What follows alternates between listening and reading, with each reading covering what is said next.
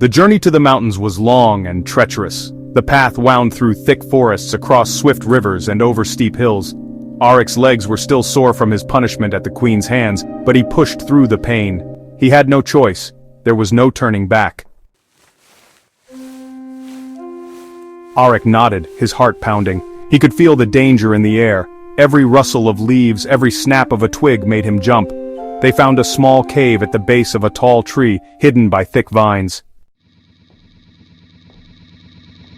Aric said, "I've been wondering, how did you escape the queen's palace? Why didn't you try to stop her back then?" Elara replied, "I was once blind to the queen's darkness. I believed she was just ambitious, that she wanted power for the good of the kingdom. But I was wrong. The moment I saw her cruelty, I knew I had to leave." Aric pressed on. "But you must know something. What is this crystal she controls? How does it make her so powerful?" Elara explained.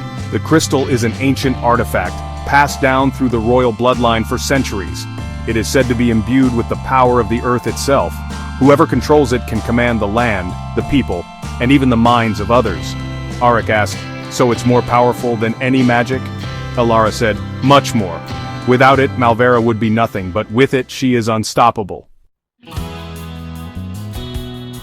Suddenly, a noise outside the cave made both of them freeze. Aric's heart skipped a beat. Had the queen's soldiers found them? Elara motioned for silence, and they both crouched down, peering out from behind the vines. A small figure moved through the trees, cautiously approaching the cave. It was a boy, not much older than Aric, with dark hair and a nervous look in his eyes. Rowan asked, Are you a friend?" Elara answered, "We are friends. Don't be afraid." "Who are you?" Rowan replied. "I'm called Rowan. I live in the village near here.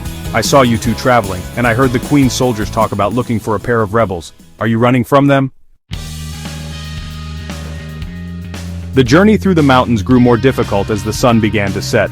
The forest became denser, and honestly the path was getting more treacherous with every step. Aric, Elara, and Rowan moved quickly but cautiously, keeping to the shadows. The queen's soldiers could be anywhere, and the last thing they needed was to be spotted. Rowan led the way, his small frame darting between the trees with surprising speed. His eyes were constantly scanning their surroundings, ever watchful for danger. Aric and Elara followed closely behind, their hearts beating in unison with the rhythm of their hurried footsteps. Finally, after what felt like hours, they reached a small clearing nestled between two towering peaks. In the center stood a humble cabin, barely visible against the darkening sky. Rowan stopped and turned to face them. Rowan's voice was steady as he said, "This is it. This is where the former advisor lives. He's lived here for years, hiding from the queen's wrath. He won't come out easily, but he will help if he believes in our cause." Elara nodded and replied, "We'll speak to him then. Stay close, Aric." They approached the cabin, the sound of their footsteps muffled by the soft dirt beneath their boots.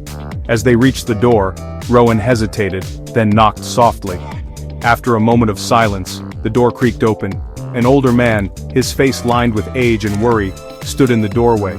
His eyes were tired, but there was a spark of intelligence in them.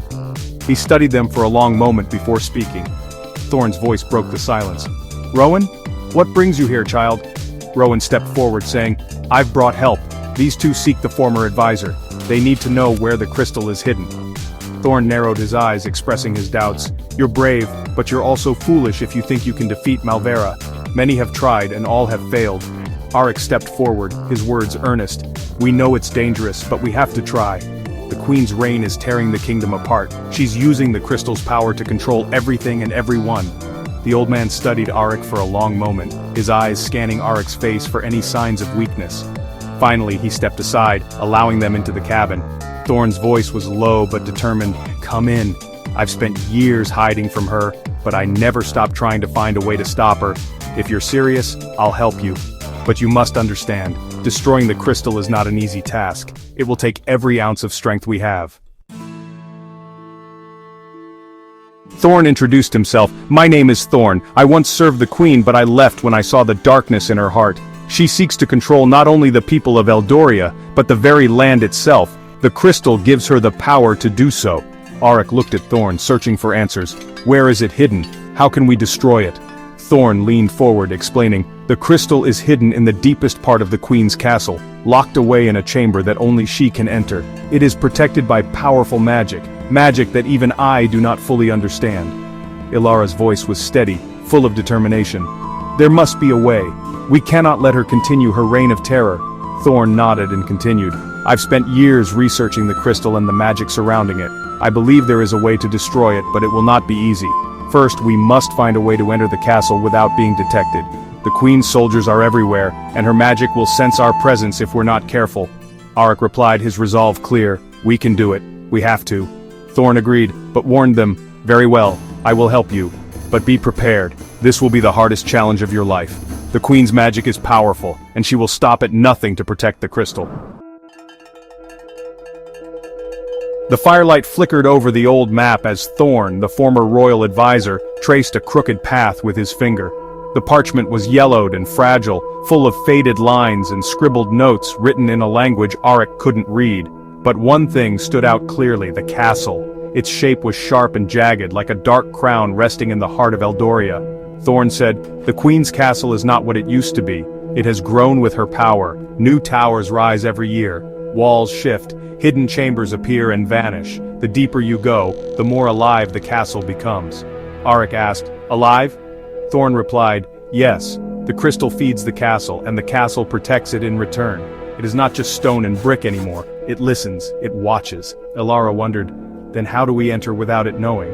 Thorn explained, this is shadow oil, a rare potion made from the roots of moonshade trees. It hides you from magic eyes. It won't last forever, only long enough to get you past the outer walls. Rowan asked, how did you even get that? Thorn gave a faint smile and said, let's just say I made a few friends before I disappeared.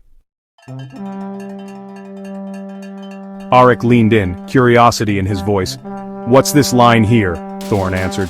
That is the Forgotten Path. It's an ancient tunnel that runs beneath the castle grounds. No one uses it anymore, not since the queen sealed it off, but I believe there's still a way in. Elara hesitated. But if it's sealed, Thorn cut in. We unseal it, he continued. The entrance lies beneath the ruins of an old chapel, hidden in the queen's hunting forest. If we can get there, we can dig our way through, Aric asked. What's waiting on the other side? Thorn replied, guards, traps, magic, and worst of all, the castle itself. But if we make it through, we'll be within reach of the crystal chamber.